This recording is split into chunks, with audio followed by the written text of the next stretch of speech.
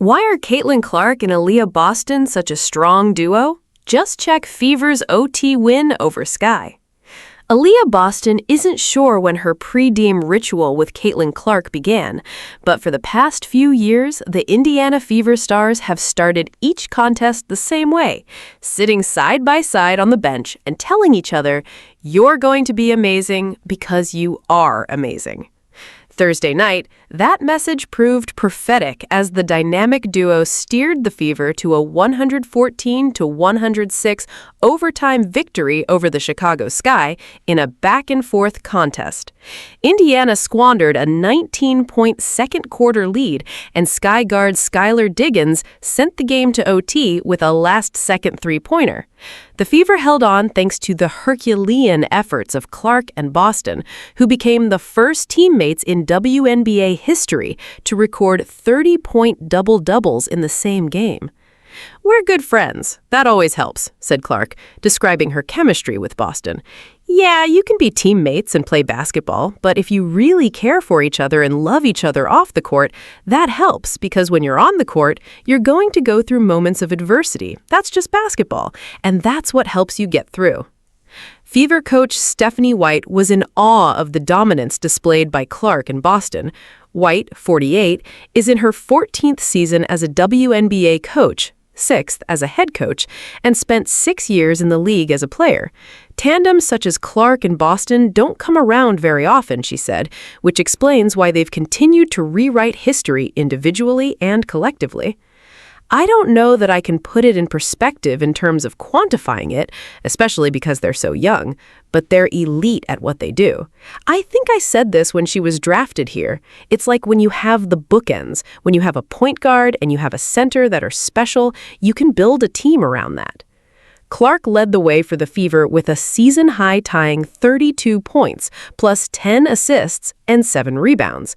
He drilled all 15 of his free throw attempts, the most without a miss in a single game in WNBA history.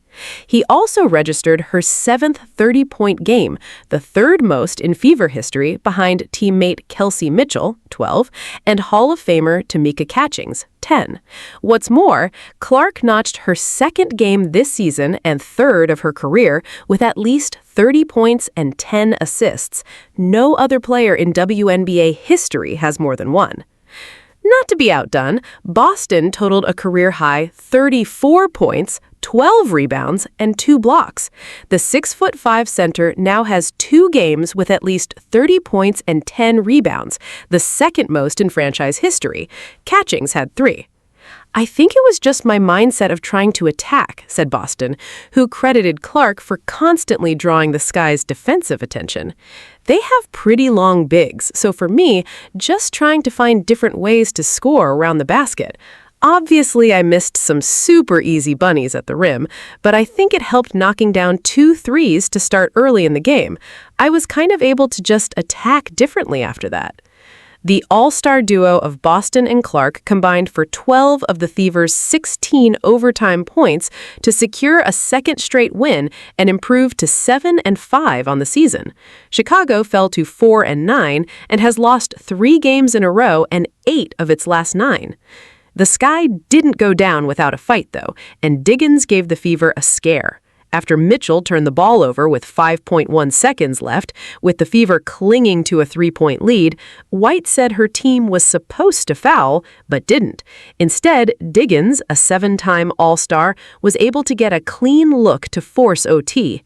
"That's probably something we worked on a lot in training camp. And with game planning, recently we haven't worked on probably as much of that situation as we needed to," White said. "Talked about it as a staff, and then you gotta trust that you can go out there and execute it." White added that the Fever have plenty more mistakes to clean up. The list includes a third quarter in which she and Clark both received technical fouls for arguing with the officials. The Fever surrendered 39 points in the frame, the most they've ever allowed in any quarter this season. Sky guard Sydney Taylor caught fire for 16 points in the period to give Chicago a 6-point lead heading into the fourth quarter. Taylor, an undrafted rookie out of Louisville, entered Thursday's contest averaging just 7.4 points and hadn't scored in Chicago's previous 2 contests. She finished with a team-high 30 points on 10 of 14 shooting in 21 minutes. Diggins put on a show as well, scoring 7 fourth-quarter points to send the game to OT. Her clutch three-pointer nearly spoiled the synergy of Boston and Clark, but when the game hung in the balance, the Fever's franchise pillars went to a level no other duo in league history has been able to reach. "I feel like I always know where Aliyah is," said Clark, who dished 8 of her 10 assists to Boston for 18 points.